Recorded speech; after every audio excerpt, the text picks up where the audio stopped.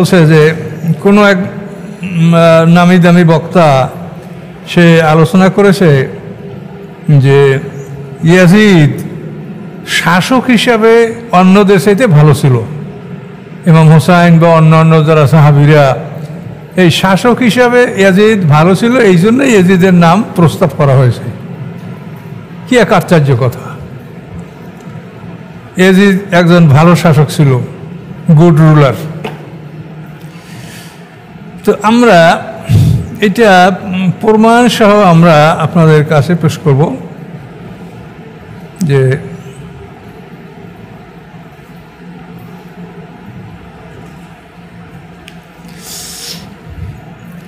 আমার কাছে এই যে বইটা, এটা আমি এই জন্য হাতে নিয়েছি যে এই বইটার নাম তারিখ ইসলাম। এই বইটার লেখক হলো মুফতি আমিনুল ইহসান। আর এই বইটা পাকিস্তান আমলে এটা মাদ্রাসার সিলেবাস ছিল।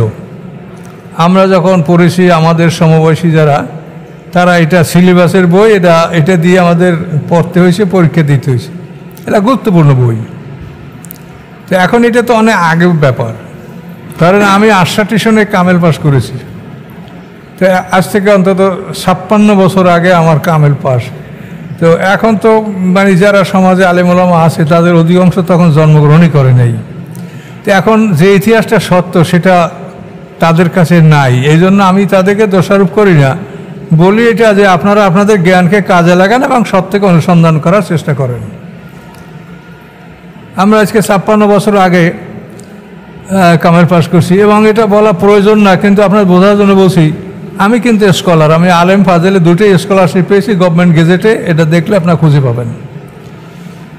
তো আমাদেরকে আল্লাহ তাআলা মেধা দিয়েছে, গার্জিয়ান ভালো ছিল না, যার জন্য যত ভালো করার তত ভালো করতে পারিনি। আমাদের গার্জিয়ান অশিক্ষিত, তারা লেখাপড়া সম্পর্কে আমাদের কোনো গাইড করতে পারেনি।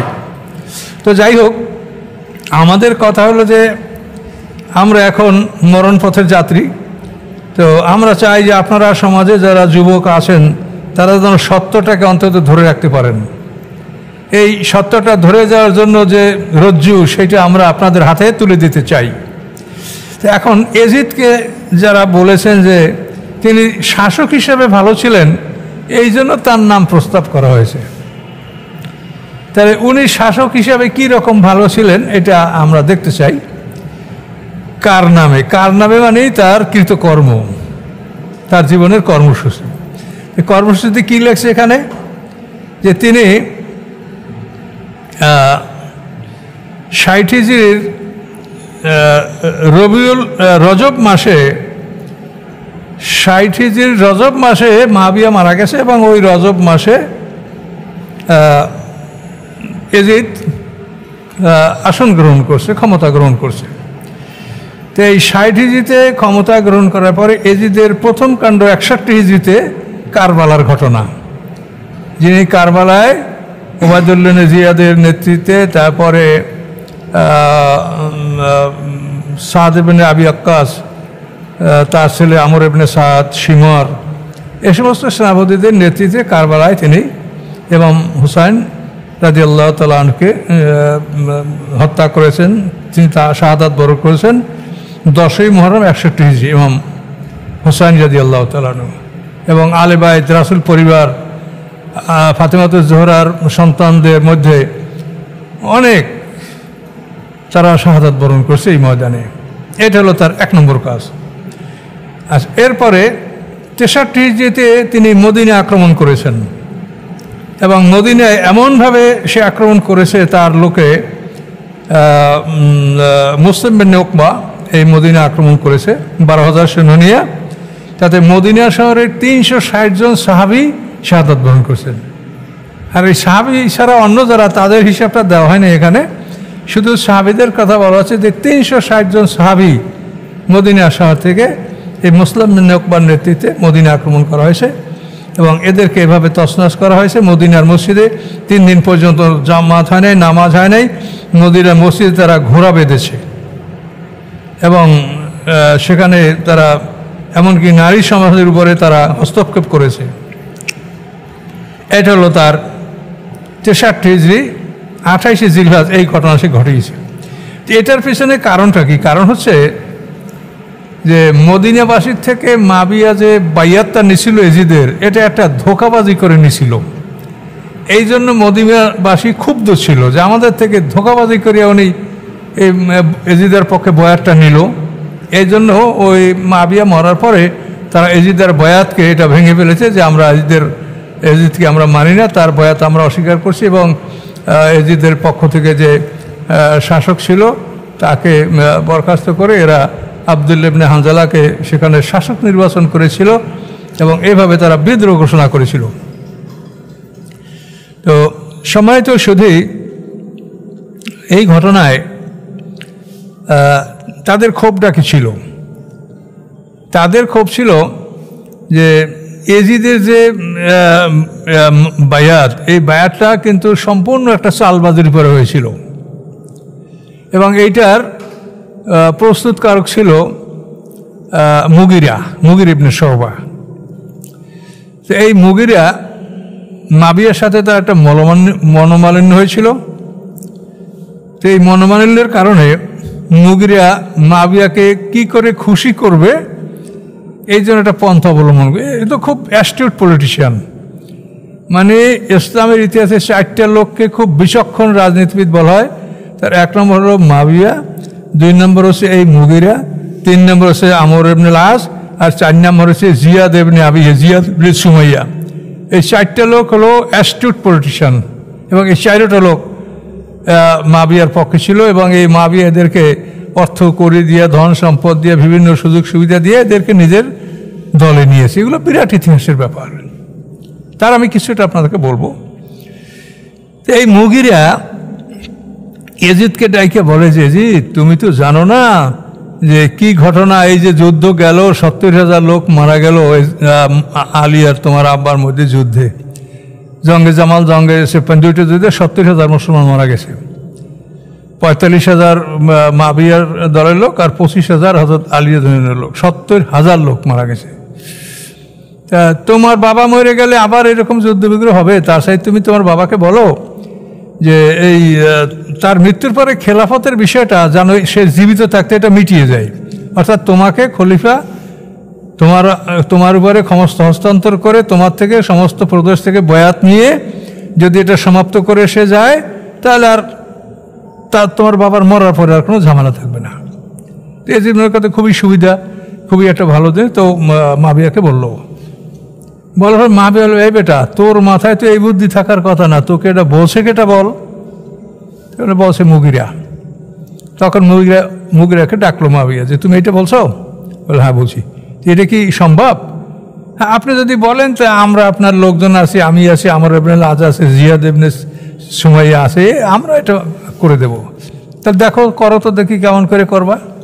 তখন ওরা বুদ্ধি করলো কি, প্রত্যেক শহরে, প্রত্যেক অঞ্চলে, জেলায় ওরা যাইয়া কিছু লোক, 10-20টা লোক হায়ার করলো, তাদের এক একজনকে 200 দিরহাম করে দিয়ে রেডি করলো যে তোমরা যাইয়া মাবিয়াকে বলবা যে আপনার মৃত্যুর পরে যেন খেলাফত নিয়ে ঝগড়াঝাটি না হয়, কাজে আপনি বিষয়টা জীবিত থাকতে এটা সম্পন্ন করে যান, এজিদের পক্ষ থেকে আপনি সমস্ত জাতি থেকে বাইয়াত নিয়ে যান যে তা আপনার পরে এজিদ রাষ্ট্রীয় ক্ষমতা দখল করবে।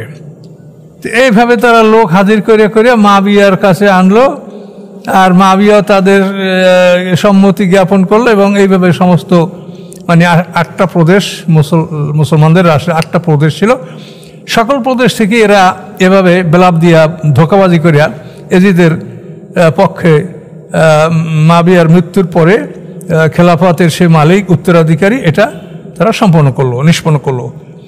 শুধু একটা প্রদেশ, শুধু মদিনা, এই অঞ্চলে এজিদের কথা কেউ শুনতে পারে না। তো তখন মদিনায় 4 জন সম্মানিত মানুষ বেঁচে ছিলেন। একজন হল ইমাম হুসাইন রাদিয়াল্লাহু তাআলা আনহু, আর একজন হচ্ছে আব্দুর রহমান আবু বকর, আর একজন আব্দুল্লাহ ইবনে ওমর, আর একজন হচ্ছে আব্দুল্লাহ ইবনে জুবায়ের। আবু বকর সিদ্দিকের কন্যা আসমা বিনতে আবু বকর, তার ছেলে আব্দুল্লাহ ইবনে জুবায়ের। এই 4টে লোক। এখন মক্কার গভর্নর, মদিনার গভর্নরকে ওরা চাপ দিচ্ছে। এখন চাপ দেওয়ার পরে জনগণকে বললে তারা বলে যে আমাদের 4 জন নেতা আছে, এরা যা করে আমরা তাই করবো, এরা বয়াত করলে আমরা বয়াত করব। কিন্তু এরা কোনোভাবে এজিদের বয়াতে রাজি না। এইভাবে যখন চলতেছিল তখন 55 হিজরিতে মুআবিয়া 1000 সৈন্য নিয়ে মদিনা আসলো। শহরের উপকণ্ঠে উনি করলেন, তাঁবু খাটালেন এবং এই 4 নেতাকে ডাকলেন যে মুআবিয়া আসছে দেশের, মানে সে তো তখনই সারা মুসলিম জাহানের ক্ষমতার মালিক, আলিয়াদুন মারা গেছেন 40 হিজরিতে। তো ওনাদেরকে ডাকলেন, তারা আসতে বাধ্য। আসার পরে ওই 1000 সৈন্য এর মধ্যে তাদেরকে বসালেন। বসানোর পরে মুআবিয়া বলল যে দেখেন, আপনারা সম্মানিত লোক, এই সমস্ত মুসলিম জাহান এজিদের পক্ষ থেকে বায়াত গ্রহণ করছে, আমার মৃত্যু পরে সে খলিফা হবে, সে রাষ্ট্রীয় ক্ষমতার মালিক হবে, শুধু আপনারা বাকি, এই জনগণ আপনাদের উপরে নির্ভর করছে, আপনারা 4 জন যদি বায়াত গ্রহণ করেন তা সবাই করবে, আপনারা এটা করেন। তখন বললো যে না, এই ব্যাপারে আমাদের কথা আছে, আমরা কথা বলবো। বলেন। তখন ওনারা বলেন যে আমাদের সবচাইতে ছোট আব্দুল্লাহ ইবনে জুবায়ের, উনি বলবে। তা আব্দুল্লাহ ইবনে জুবায়ের মুআবিয়াকে বলল যে আমার প্রস্তাব হলো যে খেলাফতের ব্যাপারটা আল্লাহ রসুল যেভাবে করছেন আমরা সেভাবে করেন, যে আল্লাহ রসুল কাউকে কিছু বলেন নাই, তিনি ইন্তেকাল করে গেছেন, খেলাফতের ব্যাপারটা পরে যারা ছিল তারা নিজেরা সম্পন্ন করেছে, এটা আপনি করেন। 1 আর 2 নম্বর যদি তা না হয়, তে হযরত আবু বকর সিদ্দিক যা করছেন, যে উমর ফারুকের মতো একটা ভালো মানুষের নাম তিনি প্রস্তাব করেছেন, সবাই সেটা স্বীকার করেছে, গ্রহণ করেছে। আর এটাও যদি না করেন, তো 3 নম্বর উমর ফারুক যা করছে, তিনি 6 সদস্য বিশিষ্ট একটা কমিটি করে গেছেন, সেই কমিটির মাধ্যমে খেলাফতের বিষয়টা সম্পন্ন হয়েছে। তো এখন মুআবিয়া বলে এছাড়া আর কিছু নাই, যে না, এছাড়া আর কিছু আমাদের বলার নেই। এটা বলার পরেই মুআবিয়া বলে যে আপনারা ওঠেন, দাঁড়ান, যদি একটা কথা বলেন তাহলে গর্দান কিন্তু উড়ে যাবে, গর্দান আর দেহের সাথে থাকবে না, একটা কথা বলবেন না। এইভাবে এই 4টে লোককে দাঁড় করাই 1000 সৈন্য সহ মুআবিয়া মদিনার মসজিদে ঢুকলো, মেম্বারে বসলো, 1000 সৈন্য তার চারপাশে এবং এই 4টে লোক মাঝে। তখন লোকজন সব আসছে, মুআবিয়া দেশের রাজা আসছে। আসার পরে এখন মুআবিয়া বলে যে দেখেন, এই 4টে লোকের জন্য আপনারা একদিন ইয়াজিদের বয়াত গ্রহণ করেন নাই, তো ওনারা বয়াত গ্রহণ করেছে, এখন আপনারাও বয়াত গ্রহণ করেন। সবাই দিয়ে যে এরা 4টে লোক ওখানে বসা, তখন সবাই ইয়াজিদের বয়াত করলো এবং ইয়াজিদের বয়াত সম্পন্ন হয়ে গেল। পরবর্তীতে লোকেরা জিজ্ঞাসা করে যে আপনারা কি করেছেন, বলে আমরা করিনি, আমাদেরকে এই অবস্থা সে মসজিদে জোর করে এইভাবে নিয়ে আসে। তো এই যে একটা ধোঁকাবাজি করিয়া মদিনা মসজিদের থেকে সে বয়াত নিয়েছিল, এই ক্ষোভে মদিনাবাসীরা ইয়াজিদের বয়াত এটা ভঙ্গ করছিল। এই ভঙ্গ করার ফলে তারা মানে ইয়াজিদের বাহিনী 12,000 সৈন্য, মুসলিম বিন আকবা এভাবে মদিনা আক্রমণ করে এবং মদিনাকে তছনছ করে। তো এভাবে মদিনা আক্রমণ করার পরে সেখানে মদিনায় 360 জন সাহাবী শাহাদাত বরণ করেন, আর অন্যান্য বহু লোক সেখানে শাহাদাত বরণ করে। তো এই ঘটনা ঘটার পরে এরপরে তারা আবার মক্কা আক্রমণ করতে হবে। মক্কার দিকেই মুসলিম বিন উকবা সে মক্কার দিকে রওনা করলো, কিন্তু মক্কায় আল্লাহ তাকে মক্কা মতো যেতে দেয়নি, প্রতিমধ্যে তার মৃত্যু হয়ে গেছে। মৃত্যু হয়ে যাওয়ার পরে হোসেন বিন নুমায়ের, যে ইমাম হোসেনকে যে গলায় তীর মেরেছিল যে লোকটা, হোসেন বিন নুমায়ের, ওই লোকটার নেতৃত্বে এবার মক্কা আক্রমণ করা হলো।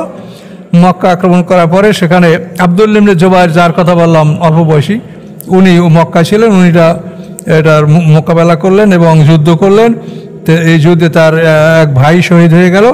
এইভাবে মক্কায় যুদ্ধ চলতেছিল, কাবা ঘরে প্রস্তর নিক্ষেপ করা হয়েছিল, আগুন ধরে গেছিল কাবা ঘরে, এই ঘটনা চলতেছিল। এর মধ্যে খবর আসে যে ইয়াজিদ মারা গেছে, ইয়াজিদ শেষ। ইয়াজিদ মারা গেছে পর তার আর ওখানে আর যুদ্ধবিগ্রহ পরিচালনা হয় নাই। এই হলো তার 3টা কাজ। তো এই 3টা কাজ সে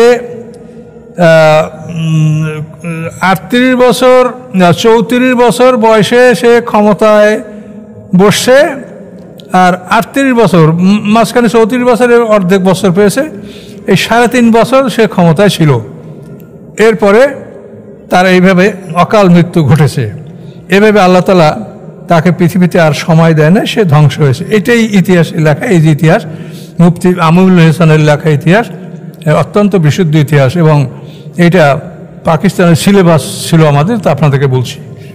তো এখন এইসব ইতিহাসগুলো যদি আমরা বলি, তো ওনারা বলে ইতিহাসগুলো ঠিক না। তা আমরা বলি যে এটা ঠিক না, তো ঠিক কোনটা সেটা দেন। কিন্তু একটা ইতিহাসের বিরুদ্ধে একটা মিথ্যা ইতিহাস খাড়া করা কি সোজা মনে করছেন? একটা মিথ্যা কথা প্রমাণ করার জন্য 10টা মিথ্যা কথা বললেও হয় না। কাজে একটা ইতিহাস ধারাবাহিক রাসূলের জীবন থেকে আরম্ভ করে একেবারে মানে খোলাফায়ে রাশিদিন, তারপরে উমাইয়া, আব্বাসী, এই সব ইতিহাসগুলো মুফতি আমিনুল হাসান ওনার লেখা, এবং সব ক্লাস এগুলো সিলেবাস ছিল একেবারে কামেল পর্যন্ত। তো এই ইতিহাসগুলি সত্য ইতিহাস, কিন্তু এগুলি আপনারা উপেক্ষা করেন, আমাদের করা কিছু নাই। আমরা শুধু এতটুকুই পারবো যে আমরা সত্য কি এটা আপনাদেরকে জানাতে পারবো। কেউ মানবেন, না মানলে আমাদের কিছু করার নাই।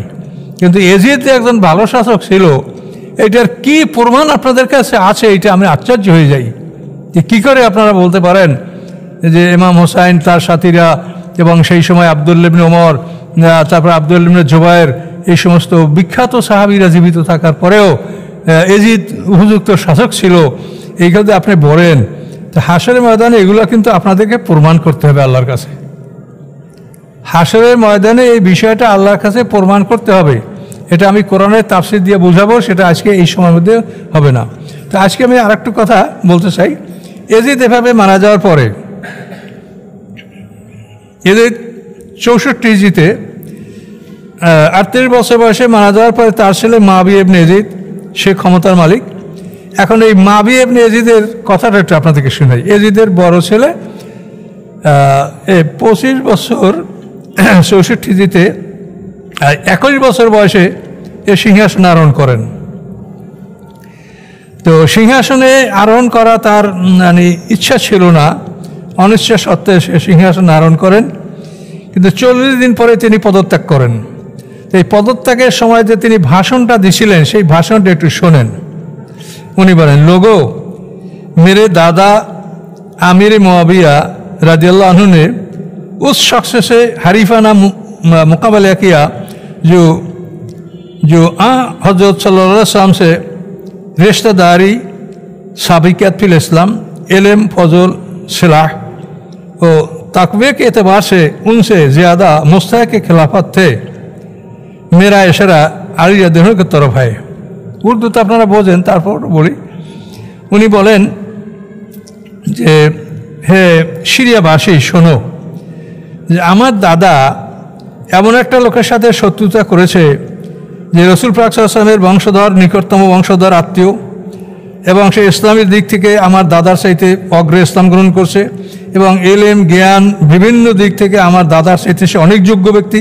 কিন্তু আমার দাদা তার সাথে বিরোধিতা করেছে, অথচ সে খেলাফতের যথেষ্ট অধিকারী ছিল। মানে এজিদের ছেলের বক্তব্য কিন্তু এটা।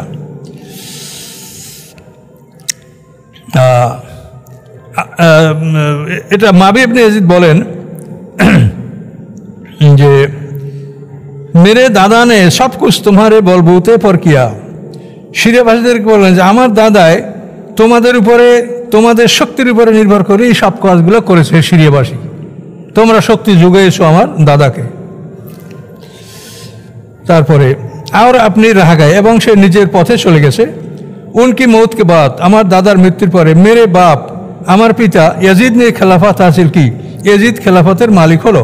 हालांकि वो उसके अहल ना थे, অবশ্য সে তার এটার জন্য সে যোগ্য ছিল না। ছেলে বাবার কথা বলছে, ও इसके अहल ना थे, সে এটার যোগ্য ছিল না। उन्होंने अपने ख्वाहिशात पर अमल किया। আমার বাবা তার মনের ইচ্ছা যা তাই করত, শরীয়তের পাবন ছিল না। लेकिन मौत ने ज़्यादा दिन तक मौका ना दिया, किंतु मृत्यु अधिक दिन पर्यंत ताके समय देयनी। उन्होंने अपने ख्वाहिशात पर, मृत्यु ताके अनेक दिन समय देयनी। बेल आखिर वो अपने गुनाहों के पुटली लेकर कब्र में पहुंच गए। अवशेषे से गुनार बोझा निये कब्रे ढुके गेছে।